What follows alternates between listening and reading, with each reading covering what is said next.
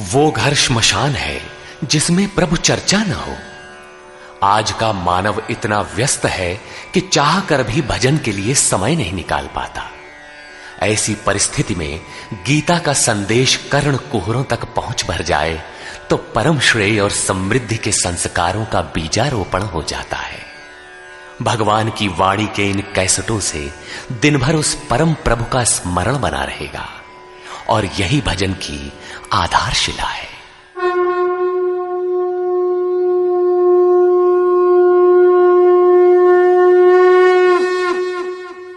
ओम श्री परमात्मने नमः। यथार्थ गीता श्रीमद् भगवद गीता अथ नवमोऽध्याय। प्रस्तुत अध्याय में योगेश्वर श्री कृष्ण ने स्वयं चर्चा की कि योग युक्त पुरुष का ऐश्वर्य कैसा है, सब में व्याप्त रहने पर भी वो कैसे निर्लेप है, करते हुए भी वो कैसे अकर्ता है। उस पुरुष के स्वभाव एवं प्रभाव पर प्रकाश डाला। योग को आचरण में ढालने पर आने वाले देवतादिक विघ्नों से सतर्क किया और उस पुरुष के शरण होने पर बल दिया। श्री भगवान उवाच।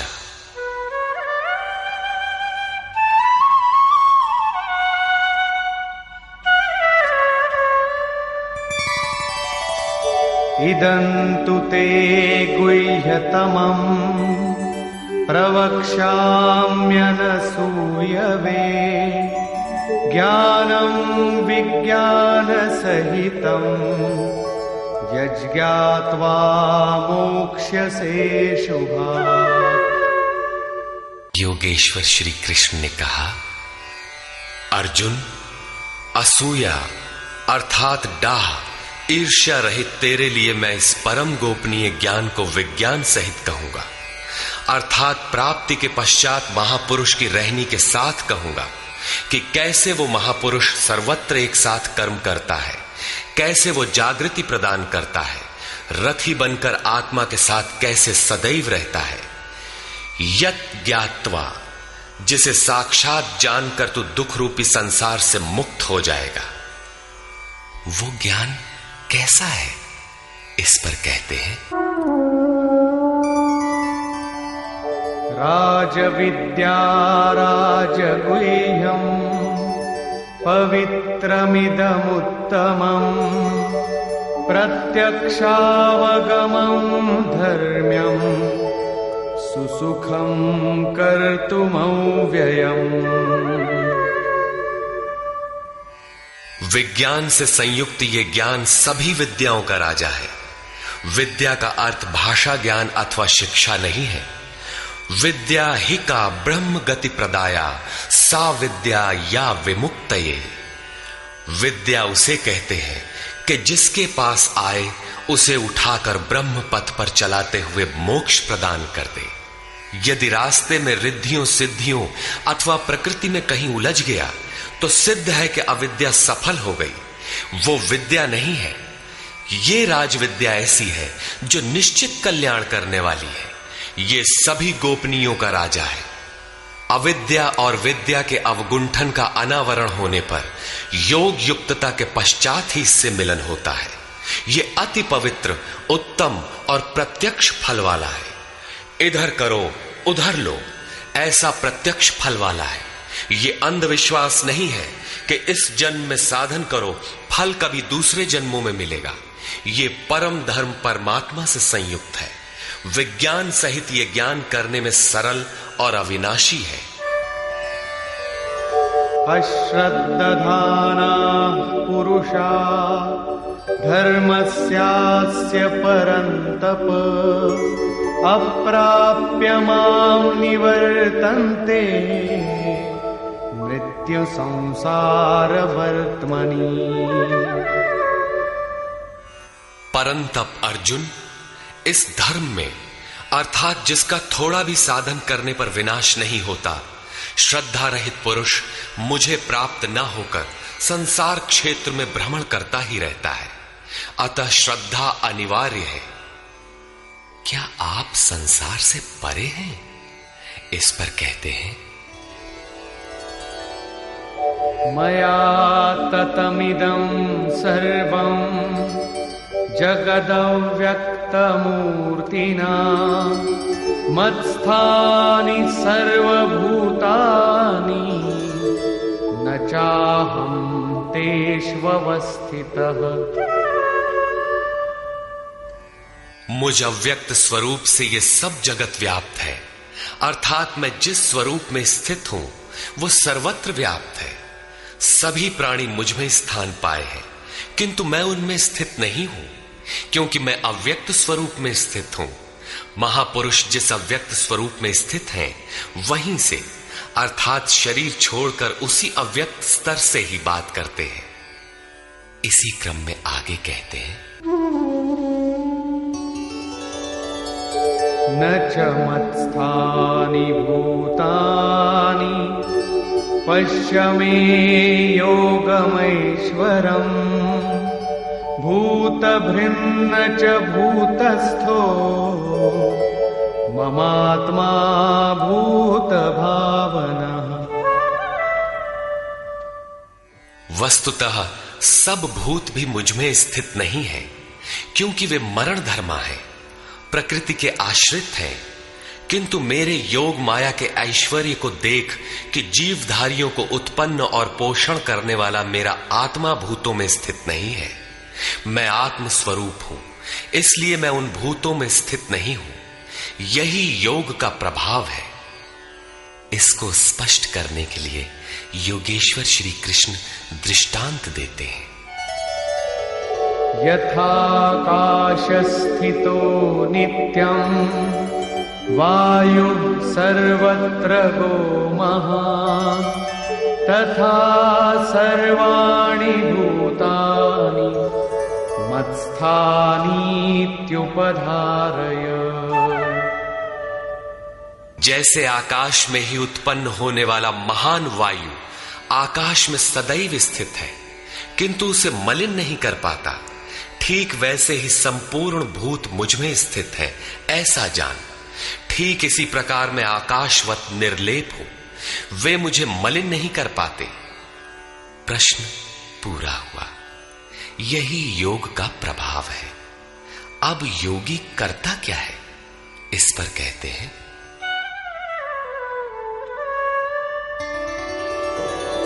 सर्वभूतानि कौन्तेय प्रकृतिं यान्ति मामिकाम् कल्पक्षये पुनस्तानि कल्पादौ विसृजाम्यहम्।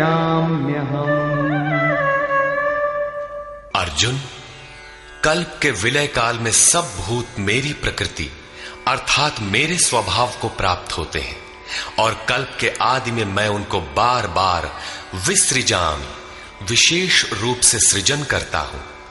थे तो वे पहले से, किंतु विकृत थे, उन्हीं को रचता हूं, सजाता हूं। जो अचेत हैं उन्हें जागृत करता हूं, कल्प के लिए प्रेरित करता हूं। कल्प का तात्पर्य है उत्थानोन्मुख परिवर्तन। आसुरी संपद से निकलकर जैसे जैसे पुरुष दैवी संपद में प्रवेश पाता है, यहीं से कल्प का आरंभ है, और जब ईश्वर भाव को प्राप्त हो जाता है, वही कल्प का क्षय है। अपना कर्म पूरा करके कल्प भी विलय हो जाता है। भजन का आरंभ कल्प का आदि है, और भजन की पराकाष्ठा जहां लक्ष्य विदित होता है, कल्प का अंत है। जब ये प्रत्यगात्मा योनियों के कारणभूत राग द्वेषादि से मुक्ति पाकर अपने शाश्वत स्वरूप में स्थिर हो जाए, इसी को श्री कृष्ण कहते हैं कि वो मेरी प्रकृति को प्राप्त होता है। जो महापुरुष प्रकृति का विलय करके स्वरूप में प्रवेश पा गया, उसकी प्रकृति कैसी? क्या उसमें प्रकृति शेष ही है? नहीं। अध्याय 3 के 33वें श्लोक में योगेश्वर श्री कृष्ण कह चुके हैं कि सभी प्राणी अपनी प्रकृति को प्राप्त होते हैं। जैसा उनके ऊपर प्रकृति के गुणों का दबाव है, वैसा करते हैं। और ज्ञानवानपि, प्रत्यक्ष दर्शन के साथ जानकारी वाला ज्ञानी भी अपनी प्रकृति के सदृश चेष्टा करता है। ये पीछे वालों के कल्याण के लिए करता है। पूर्ण ज्ञानी तत्व स्थित महापुरुष की रहनी ही उसकी प्रकृति है। वो अपने इसी स्वभाव में बरतता है। कल्प के क्षय में लोग महापुरुष की इसी रहनी को प्राप्त होते हैं। महापुरुष के इसी कृतित्व पर पुनः प्रकाश डालते हैं। प्रकृतिं स्वामवष्टभ्य विसृजामि पुनः पुनः भूतग्राममिमं कृत्स्नम् अवशं प्रकृतेर्वशात्। अपनी प्रकृति अर्थात महापुरुष की रहनी स्वीकार करके प्रकृतेर्वशांत, अपने अपने स्वभाव में स्थित प्रकृति के गुणों से परवश हुए इन संपूर्ण भूत समुदाय को मैं बारंबार विसृजाम, विशेष सृजन, विशेष रूप से सजाता हूं। इन्हें अपने स्वरूप की ओर बढ़ने के लिए प्रेरित करता हूं। तब तो आप इस कर्म से बंधे हैं। न च मां तानि कर्माणि निबध्नन्ति धनञ्जय उदासीनवदासीनम् असक्तं तेषु कर्मसु। अध्याय 4 के 9वें श्लोक में योगेश्वर श्री कृष्ण ने कहा था कि महापुरुष की कार्य प्रणाली अलौकिक है। अध्याय 9 के 4 श्लोक में बताया, मैं अव्यक्त रूप से करता हूं। यहां भी वही कहते हैं, धनंजय, जिन कर्मों को मैं अदृश्य रूप से करता हूं उसमें मेरी आसक्ति नहीं है।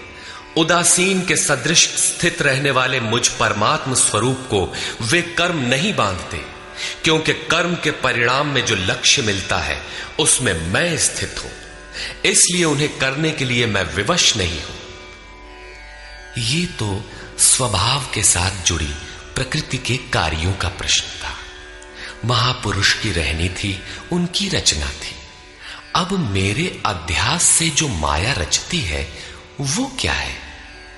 वो भी एक कल्प है।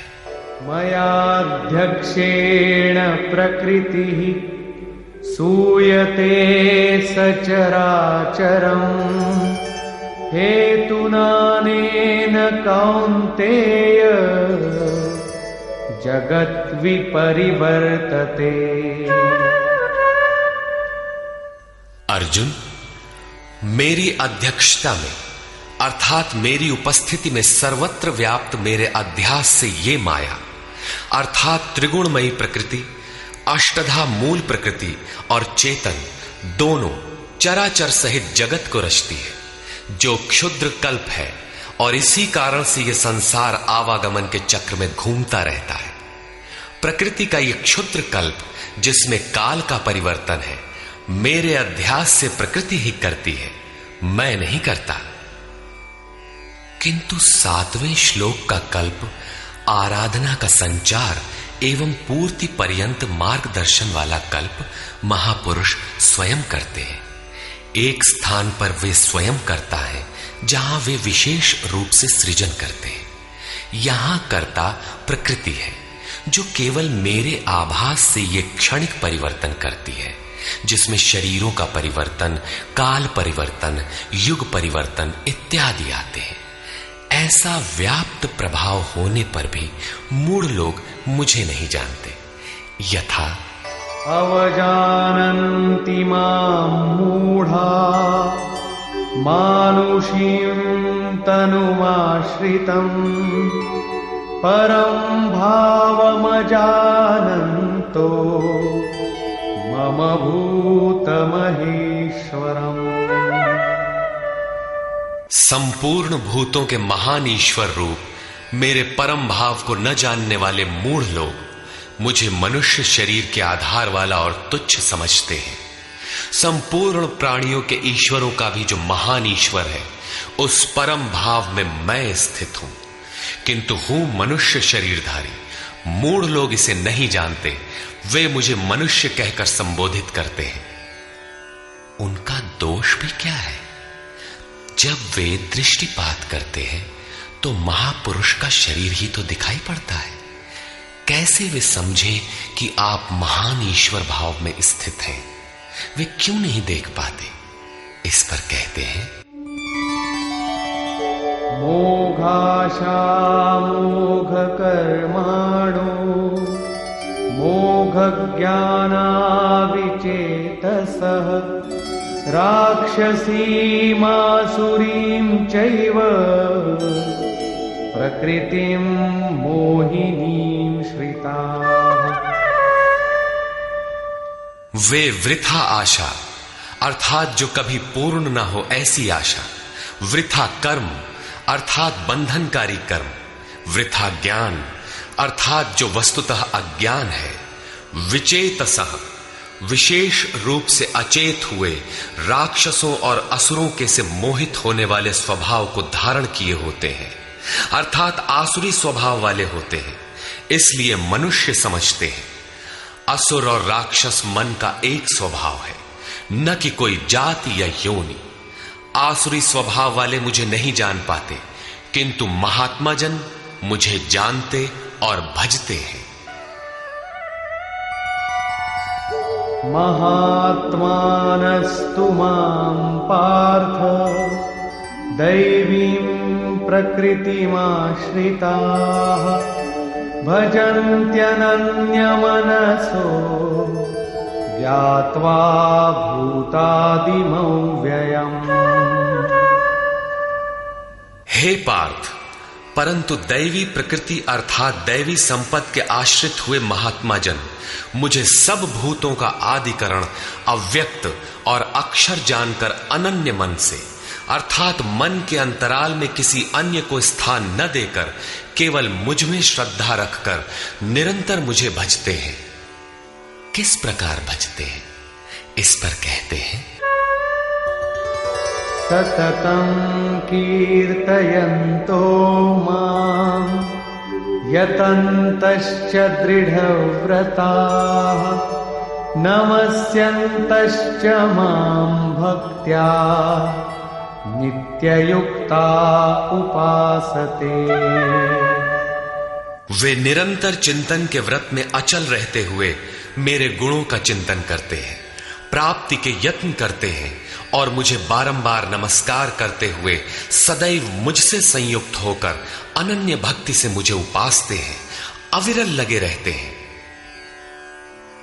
कौन सी उपासना करते हैं? कैसा है ये कीर्ति ज्ञान?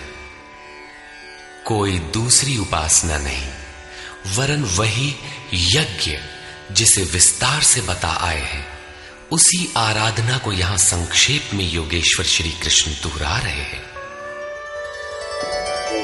ज्ञानयज्ञेन चाप्यन्ये यजन्तो मामुपासते एकत्वेन पृथक्त्वेन बहुधा विश्वतो मुखम्।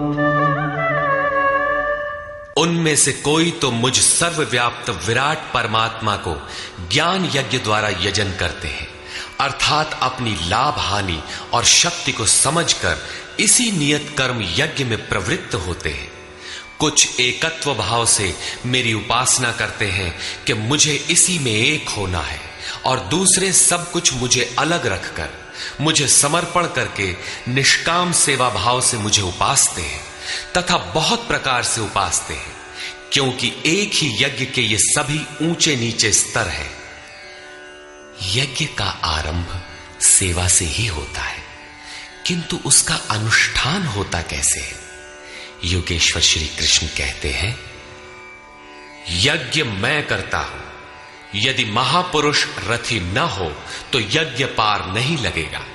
उन्हीं के निर्देशन में साधक समझ पाता है कि अब वो किस स्तर पर है, कहां तक पहुंच सका है।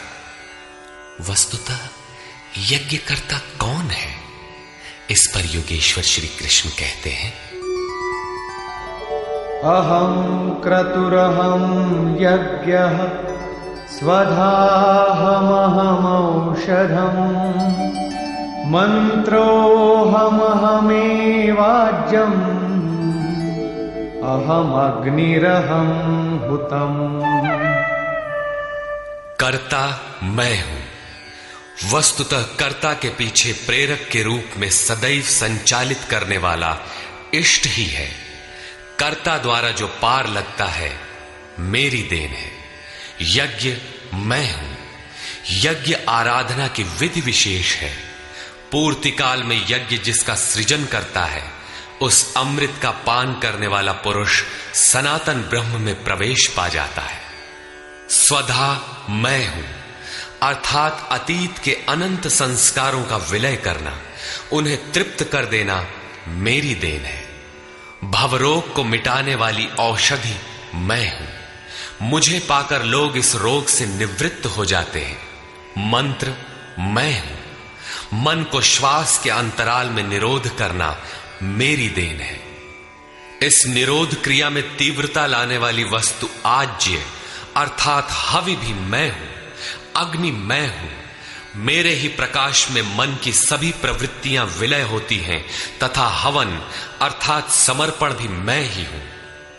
यहां योगेश्वर श्री कृष्ण बार बार मैं हूं कह रहे हैं। इसका आशय मात्र इतना है कि मैं ही प्रेरक के रूप में आत्मा से अभिन्न होकर खड़ा हो जाता हूं तथा निरंतर निर्णय देते हुए योग क्रिया को पूर्ण कराता हूं। इसी का नाम विज्ञान है। पूज्य महाराज जी कहा करते थे कि जब तक इष्ट देव रथी होकर श्वास प्रश्वास पर रोकथाम न करने लगे तब तक भजन आरंभ ही नहीं होता। कोई लाख आंख मूंदे भजन करे, शरीर को तपा डाले, लेकिन जब तक जिस परमात्मा की हमें चाह है वो जिस सतह पर हम खड़े हैं उस स्तर पर उतरकर आत्मा से अभिन्न होकर जागृत नहीं हो जाता, तब तक सही मात्रा में भजन का स्वरूप समझ में नहीं आता। इसीलिए महाराज जी कहते थे, मेरे स्वरूप को पकड़ो, मैं सब दूंगा। श्री कृष्ण कहते हैं, सब मुझसे होता है। पिताहमस्य जगतो माता धाता पितामहः वेद्यं पवित्रमोंकार ऋक्सामयजुरेव च। अर्जुन, मैं ही संपूर्ण जगत का धाता अर्थात धारण करने वाला, पिता अर्थात पालन करने वाला, माता अर्थात उत्पन्न करने वाला, पितामह अर्थात मूल उद्गम हूं जिसमें सभी प्रवेश पाते हैं, और जानने योग्य पवित्र ओंकार अर्थात जो अहम आकारः इति ओंकारः वो परमात्मा मेरे स्वरूप में है। सोहम, तत्वमसि इत्यादि एक दूसरे के पर्याय हैं। ऐसा जानने योग्य स्वरूप मैं ही हूं। ऋक् अर्थात संपूर्ण प्रार्थना, साम अर्थात समत्व दिलाने वाली प्रक्रिया, यजुः अर्थात यजन की विधि विशेष भी मैं ही हूं। योग अनुष्ठान के उक्त तीनों आवश्यक अंग मुझसे होते हैं। गतिर्भर्ता प्रभु साक्षी निवास शरणं सुहृत् प्रभवः प्रलय स्थानं निधानं बीजमव्ययम्। हे अर्जुन, गति ही अर्थात प्राप्त होने योग्य परम गति, भर्ता भरण पोषण करने वाला, सबका स्वामी, साक्षी अर्थात दृष्टा रूप में स्थित सबको जानने वाला, सबका वास स्थान शरण लेने योग्य, अकारण प्रेमी मित्र, उत्पत्ति और प्रलय अर्थात शुभाशुभ संस्कारों का विलय तथा अविनाशी कारण मैं ही हूं, अर्थात अंत में जिनमें प्रवेश मिलता है वे सारी विभूतियां मैं ही हूं। तपाम्यहमहं वर्षम् निगृह्णाम्युत्सृजामि च अमृतं चैव मृत्युश्च सदसच्चाहमर्जुन। मैं सूर्य रूप से तपता हूं, वर्षा को आकर्षित करता हूं, मृत्यु से परे अमृतत्व तथा मृत्यु, सत और असत सब कुछ मैं ही हूं, अर्थात जो परम प्रकाश प्रदान करता है वो सूर्य मैं ही हूं। कभी कभी भजने वाले मुझे असत भी मान बैठते हैं, वे मृत्यु को प्राप्त होते हैं। इस प्रकार कहते हैं, त्रैविद्या मां सोमपाः पूतपापा यज्ञैरिष्ट्वा स्वर्गतिं प्रार्थयन्ते ते पुण्यमासाद्य सुरेन्द्रलोकम् अश्नन्ति दिव्यान् दिवि देवभोगान्।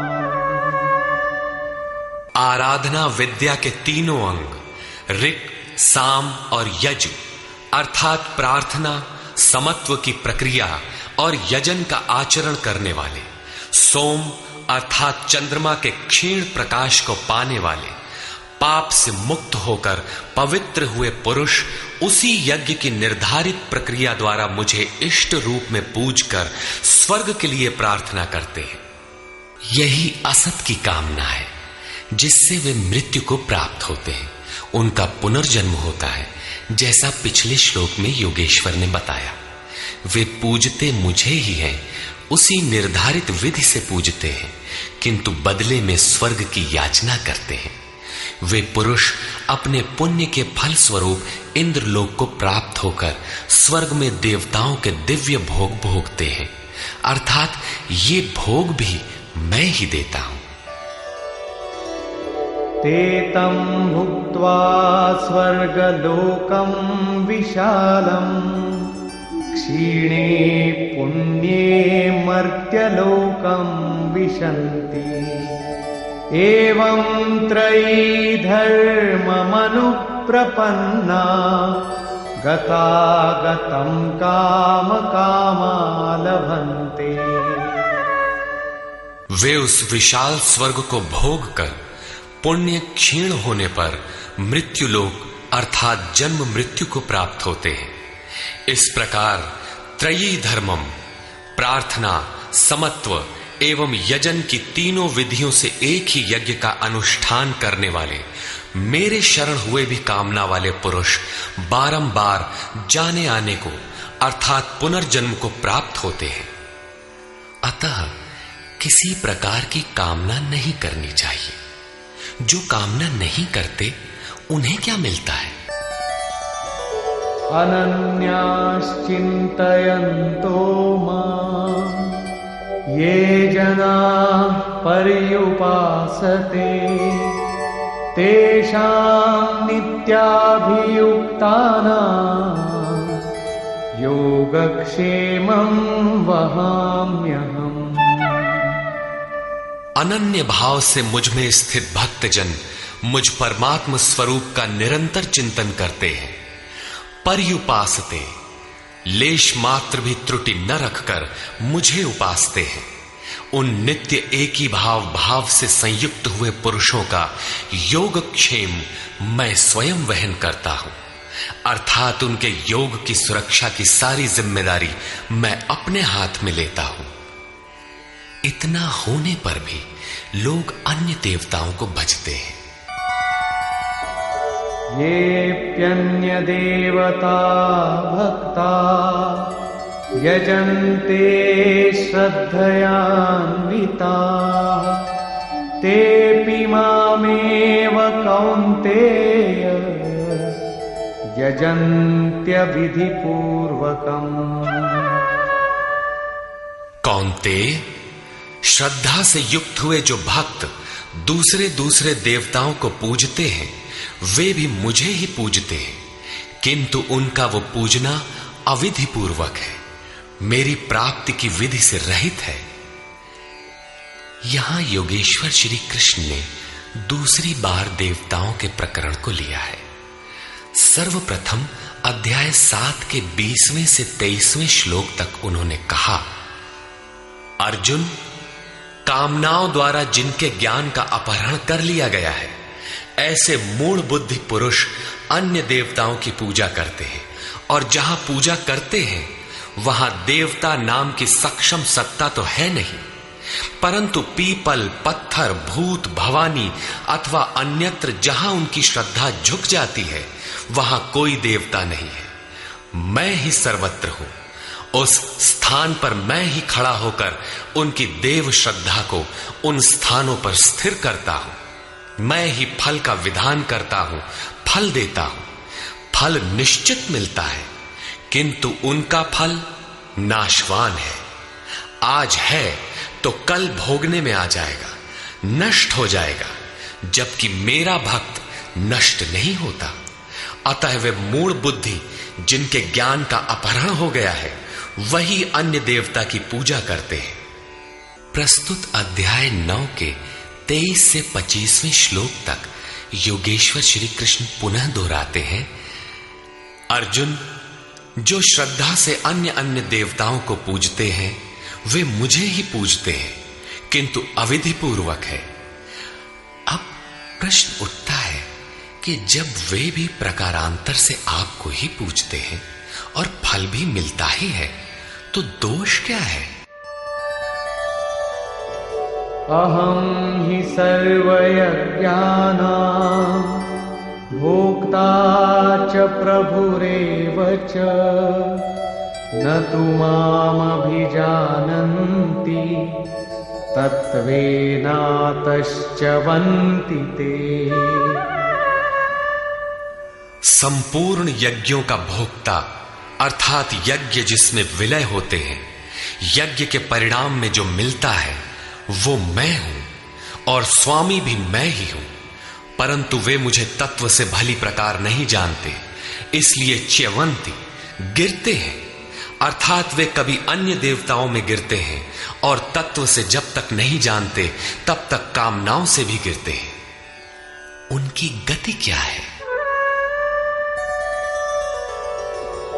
यान्ति देवव्रता देवान् पितॄन् यान्ति पितृव्रता भूतानि यान्ति भूतेजा यान्ति मद्याजिनोऽपि माम्। अर्जुन, देवताओं को पूजने वाले देवताओं को प्राप्त होते हैं। देवता हैं तो परिवर्तित सत्ता, वे अपने सदकर्मानुसार जीवन व्यतीत करते हैं। पितरों को पूजने वाले पितरों को प्राप्त होते हैं, अर्थात अतीत में उलझे रहते हैं। भूतों को पूजने वाले भूत होते हैं, शरीर धारण करते हैं, और मेरा भक्त मुझे प्राप्त होता है। वे मेरे साक्षात स्वरूप होते हैं, उनका पतन नहीं होता। इतना ही नहीं, मेरी पूजा का विधान भी सरल है। पत्रं पुष्पं फलं तोयं यो मे भक्त्या प्रयच्छति तदहं भक्त्युपहृतम् अश्नामि प्रयतात्मनः। भक्ति का आरंभ यहीं से है कि पत्र, पुष्प, फल, जल इत्यादि जो कोई मुझे भक्ति पूर्वक अर्पित करता है, मन से प्रयत्न करने वाले उस भक्त का वो सब मैं खाता हूं, अर्थात स्वीकार करता हूं।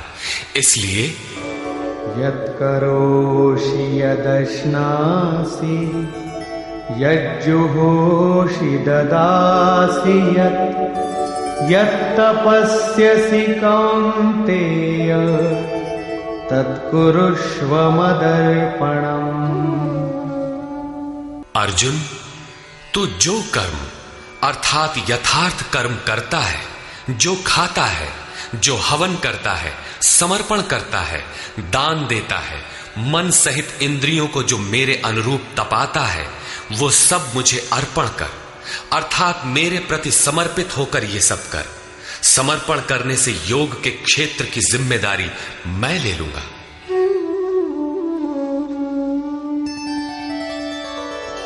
शुभाशुभ फलैरेवं मोक्ष्यसे कर्म बन्धनैः संन्यासयोगयुक्तात्मा विमुक्तो मामुपैष्यसि।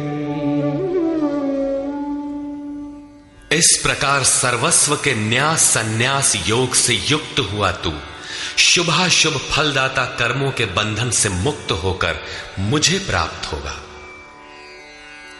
उपर्युक्त 3 श्लोकों में योगेश्वर श्री कृष्ण ने क्रमबद्ध साधन और उसके परिणाम का चित्रण किया है। पहले पत्र पुष्प फल जल का पूर्ण श्रद्धा से अर्पण, दूसरे समर्पित होकर कर्म का आचरण और तीसरे पूर्ण समर्पण के साथ सर्वस्व का त्याग। इनके द्वारा कर्म बंधन से विमुक्त अर्थात विशेष रूप से मुक्त हो जाएगा। मुक्ति से मिलेगा क्या? बताया मुझे प्राप्त होगा।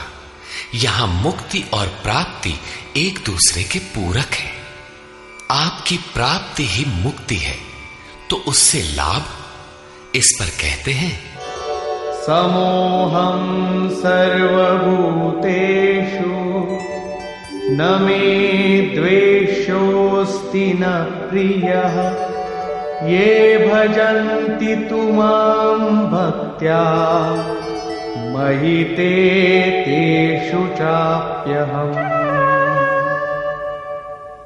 सृष्टि में न मेरा कोई प्रिय है और न अप्रिय है, किंतु जो अनन्य भक्त है वो मुझ में है और मैं उसमें हूं। यही मेरा एकमात्र रिश्ता है, उसमें परिपूर्ण हो जाता हूं। मुझ में और उसमें कोई अंतर नहीं रह जाता। तब तो बहुत भाग्यशाली लोग ही भजन करते होंगे। भजन करने का अधिकार किसे है? इस पर योगेश्वर श्री कृष्ण कहते हैं अपि चेत् सुदुराचारो भजते मामनन्यभाक् साधुरेव समन्तव्यः सम्यग् व्यवसितो हि सः। यदि अत्यंत दुराचारी भी अनन्य भाव से अर्थात अन्य धन न, मेरे सिवाय किसी अन्य वस्तु या देवता को न भजकर केवल मुझे ही निरंतर भजता है, वो साधु ही मानने योग्य है। अभी वो साधु हुआ नहीं है, किंतु उसके हो जाने में संदेह भी नहीं है, क्योंकि वो यथार्थ निश्चय से लग गया है। अतः भजन आप भी कर सकते हैं, बशर्ते कि आप मनुष्य हो, क्योंकि मनुष्य ही यथार्थ निश्चय वाला है।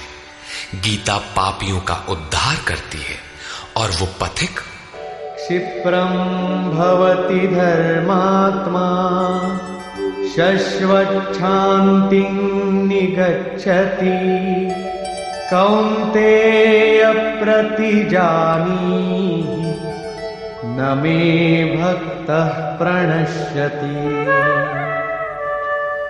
इस भजन के प्रभाव से वो दुराचारी भी शीघ्र ही धर्मात्मा हो जाता है, परम धर्म परमात्मा से संयुक्त हो जाता है तथा सदैव रहने वाली परम शांति को प्राप्त होता है। कौन्तेय, तो निश्चय पूर्वक सत्य जान कि मेरा भक्त कभी नष्ट नहीं होता। यदि एक जन्म में पार नहीं लगा तो अगले जन्मों में भी वही साधन करके शीघ्र ही परम शांति को प्राप्त होता है।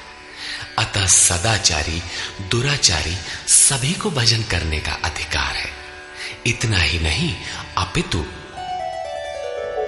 मां हि पार्थ व्यपाश्रित्य येऽपि स्युः पापयोनयः स्त्रियो वैश्यास्तथा शूद्राः तेऽपि यान्ति परां गतिम्।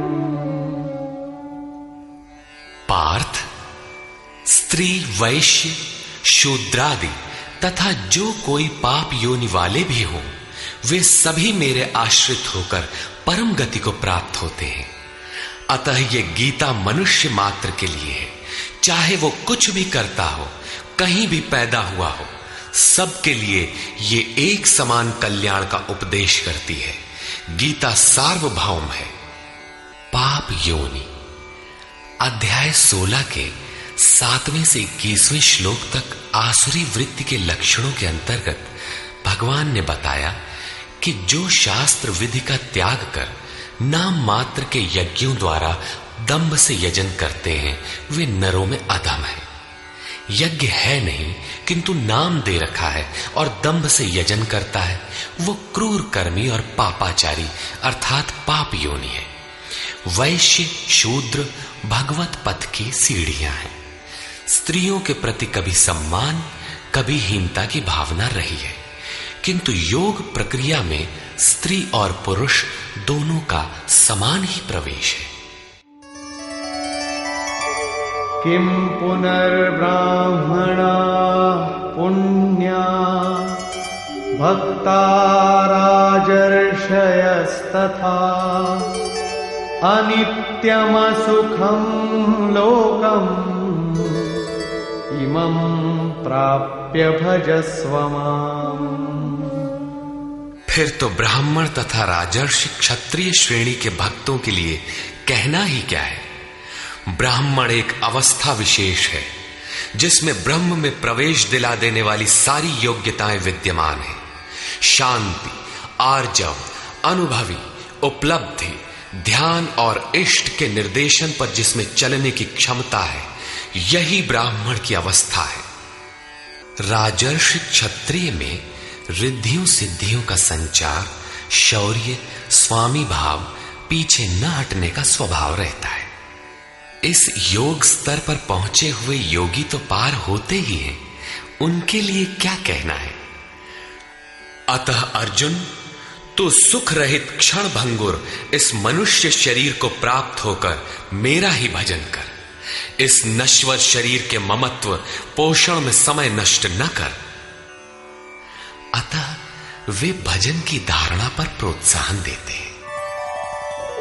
मन्मना भव मद्भक्तो मद्याजी मां नमस्कुरु मामे वैश्यसि युक्त्वैवम् आत्मानं मत्परायणः।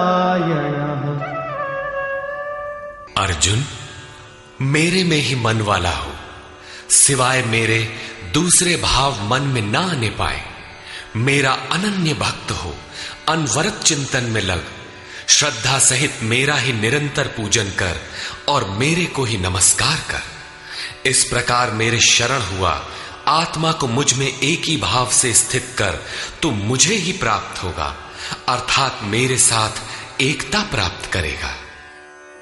निष्कर्ष, इस अध्याय के आरंभ में श्री कृष्ण ने कहा, अर्जुन, तुझ दोष रहित भक्त के लिए मैं इस ज्ञान को विज्ञान सहित कहूंगा, जिसे जानकर कुछ भी जानना शेष नहीं रहेगा। इसे जानकर तू संसार बंधन से छूट जाएगा। यह ज्ञान संपूर्ण विद्याओं का राजा है। विद्या वह है जो परब्रह्म में प्रवेश दिलाए। यह ज्ञान उसका भी राजा है, अर्थात निश्चित कल्याण करने वाला है। यह संपूर्ण गोपनीयों का भी राजा है, गोपनीय वस्तु को भी प्रत्यक्ष कराने वाला है। यह प्रत्यक्ष फल वाला, साधन करने में सुगम और अविनाशी है। इसका थोड़ा भी साधन आपसे पार लग जाए तो इसका कभी नाश नहीं होता, वरन इसके प्रभाव से वह परम श्रेय तक पहुंच जाता है। किंतु इसमें एक शर्त है, श्रद्धा विहीन पुरुष परम गति को प्राप्त न होकर संसार चक्र में भटकता है। योगेश्वर श्री कृष्ण ने योग के ऐश्वर्य पर भी प्रकाश डाला। दुख के संयोग का वियोग ही योग है। अर्थात जो संसार के संयोग वियोग से सर्वथा रहित है, उसका नाम योग है। परम तत्व परमात्मा के मिलन का नाम योग है। परमात्मा की प्राप्ति ही योग की पराकाष्ठा है। जो इसमें प्रवेश पा गया, उस योगी के प्रभाव को देख कि संपूर्ण भूतों का स्वामी और जीवधारियों का पोषण करने वाला होने पर भी मेरा आत्मा उन भूतों में स्थित नहीं है।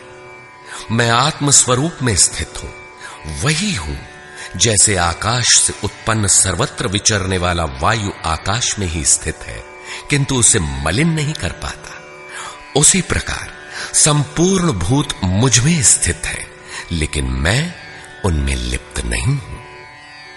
अर्जुन, कल्प के आदि में मैं भूतों को विशेष प्रकार से रचता हूं, सजाता हूं, और कल्प के पूर्ति काल में संपूर्ण भूत मेरी प्रकृति को अर्थात योगारूढ़ महापुरुष की रहनी को, उनके अव्यक्त भाव को प्राप्त होते हैं।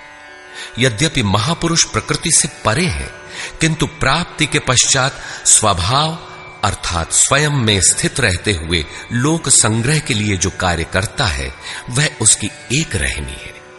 इसी रहनी के कार्यकलाप को उस महापुरुष की प्रकृति कहकर संबोधित किया गया है। एक रचयिता तो मैं हूं जो भूतों को कल्प के लिए प्रेरित करता हूं, और दूसरी रचयिता त्रिगुणमयी प्रकृति है जो मेरे अध्यास से चराचर सहित भूतों को रचती है। यह भी एक कल्प है जिसमें शरीर परिवर्तन, स्वभाव परिवर्तन और काल परिवर्तन निहित है। इस प्रकार कल्प दो प्रकार के हैं। एक तो वस्तु का, शरीर और काल का परिवर्तन कल्प है।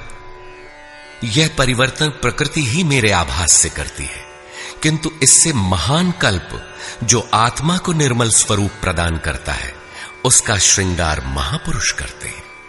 वे अचेत भूतों को सचेत करते हैं। भजन का आदि ही इस कल्प का आरंभ है, और भजन की पराकाष्ठा कल्प का अंत है। जब यह कल्प भवरोग से पूर्ण निरोग बनाकर शाश्वत ब्रह्म में प्रवेश अर्थात स्थिति दिला देता है, उस प्रवेश काल में योगी मेरी रहनी और मेरे स्वरूप को प्राप्त होता है। प्राप्ति के पश्चात महापुरुष की रहनी ही उसकी प्रकृति है।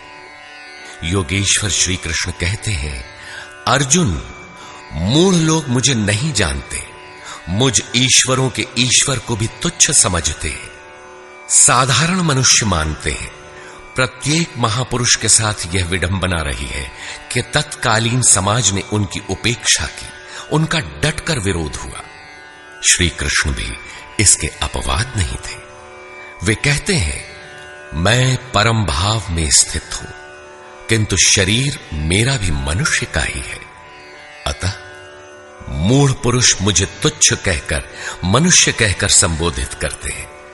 ऐसे लोग व्यर्थ आशा वाले, व्यर्थ कर्म वाले, व्यर्थ ज्ञान वाले हैं कि कुछ भी करें और कह दें कि हम तो कामना नहीं करते, हो गए निष्काम कर्मयोगी। वे आसुरी स्वभाव वाले मुझे नहीं परख पाते, किंतु दैवी संपद को प्राप्त जन अनन्य भाव से मेरा ध्यान करते हैं, मेरे गुणों का निरंतर चिंतन करते हैं। अनन्य उपासना अर्थात यज्ञार्थ कर्म के दो ही मार्ग हैं। पहला है ज्ञान मार्ग अर्थात अपने भरोसे, अपनी शक्ति को समझकर उसी नियत कर्म में प्रवृत्त होना, और दूसरी विधि स्वामी सेवक भावना की है, जिसमें सद्गुरु के प्रति समर्पित होकर वही कर्म किया जाता है। इन्हीं दो दृष्टियों से लोग मुझे उपासते हैं, किंतु उनके द्वारा जो पार लगता है वह यज्ञ, वह हवन, वह कर्ता, श्रद्धा और औषधि जिससे भावरोग की चिकित्सा होती है, मैं ही हूं। अंत में जो गति प्राप्त होती है वह गति भी मैं ही हूं। इसी यज्ञ को लोग त्रैविद्या, प्रार्थना, यजन और समत्व दिलाने वाली विधियों से संपादित करते हैं, किंतु बदले में स्वर्ग की कामना करते हैं। तो मैं स्वर्ग भी देता हूं। उसके स्वभाव से वे इंद्र पद प्राप्त कर लेते हैं, दीर्घ काल तक उसे भोगते हैं, किंतु पुण्य क्षीण होने पर वे पुनर्जन्म को प्राप्त होते हैं। उनकी क्रिया सही थी, किंतु भोगों की कामना रहने पर पुनर्जन्म पाते हैं। अतः भोगों की कामना नहीं करनी चाहिए। जो अनन्य भाव से, अर्थात मेरे सिवाय दूसरा है ही नहीं, ऐसे भाव से जो निरंतर मेरा चिंतन करते हैं, लेश मात्र भी त्रुटि न रह जाए, ऐसे जो भजते हैं, उनके योग की सुरक्षा का भार मैं अपने हाथ में ले लेता हूं। इतना होने पर भी कुछ लोग अन्य देवताओं की पूजा करते हैं। वे भी मेरी ही पूजा करते हैं, किंतु वह मेरी प्राप्ति की विधि नहीं है। वे संपूर्ण यज्ञों के भोक्ता के रूप में मुझे नहीं जानते, अर्थात उनकी पूजा के परिणाम में मैं नहीं मिलता, इसीलिए उनका पतन हो जाता है। वे देवता, भूत अथवा पितरों के कल्पित रूप में निवास करते हैं, जबकि मेरा भक्त साक्षात मुझ में निवास करता है, मेरा ही स्वरूप हो जाता है। योगेश्वर श्री कृष्ण ने इस यज्ञार्थ कर्म को अत्यंत सुगम बताया कि कोई फल फूल या जो भी श्रद्धा से देता है, उसे मैं स्वीकार करता हूं। अतः अर्जुन, तू जो कुछ आराधना करता है मुझे समर्पित कर। जब सर्वस्व का न्यास हो जाएगा, तब योग से युक्त हुआ तू कर्मों के बंधन से मुक्त हो जाएगा, और वह मुक्ति मेरा ही स्वरूप है। दुनिया में सब प्राणी मेरे ही हैं। किसी भी प्राणी से न मुझे प्रेम है न द्वेष, मैं तटस्थ हूं। किंतु जो मेरा अनन्य भक्त है, मैं उसमें हूं, वो मुझ में है। अत्यंत दुराचारी, जघन्यतम पापी ही कोई क्यों न हो, फिर भी अनन्य श्रद्धा भक्ति से मुझे भजता है, तो वह साधु मानने योग्य है। उसका निश्चय स्थिर है, तो वह शीघ्र ही परम से संयुक्त हो जाता है और सदा रहने वाली परम शांति को प्राप्त होता है। यहां श्री कृष्ण ने स्पष्ट किया कि धार्मिक कौन है। सृष्टि में जन्म लेने वाला कोई भी प्राणी अनन्य भाव से एक परमात्मा को भजता है, उसका चिंतन करता है, तो वह शीघ्र ही धार्मिक हो जाता है। अतः धार्मिक वह है जो एक परमात्मा का सुमिरन करता है। अंत में आश्वासन देते हैं, अर्जुन, मेरा भक्त कभी नष्ट नहीं होता। कोई शूद्र हो, नीच हो, आदिवासी हो या अनादिवासी या कुछ भी नामधारी हो, पुरुष अथवा स्त्री हो, अथवा पाप योनि तिर्यक योनि वाला भी जो हो, मेरी शरण होकर परम श्रेय को प्राप्त होता है। इसलिए अर्जुन, सुख रहित क्षण भंगुर किंतु दुर्लभ मनुष्य शरीर को पाकर मेरा भजन कर। फिर तो जो ब्रह्म में प्रवेश दिलाने वाली योग्यताओं से युक्त है, उस ब्राह्मण तथा जो राजर्षित्व के स्तर से भजने वाला है, ऐसे योगी के लिए कहना ही क्या है, वह तो पार ही है। अतः अर्जुन, निरंतर मुझ में मन वाला हो, निरंतर नमस्कार कर।